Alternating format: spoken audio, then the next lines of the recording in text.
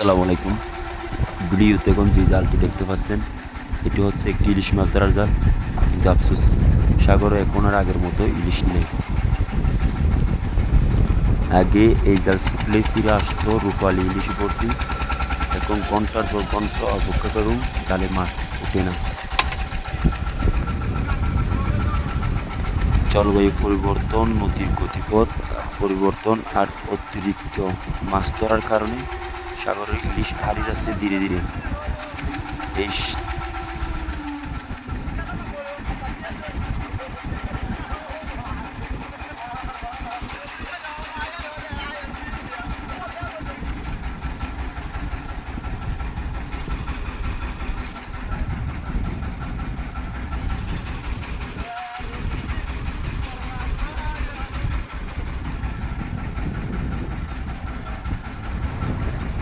এই চিত্রটা শুধু একটা ফাঁকা জাল না, এটা হাজারো জেলের হতাশার প্রতিচ্ছবি।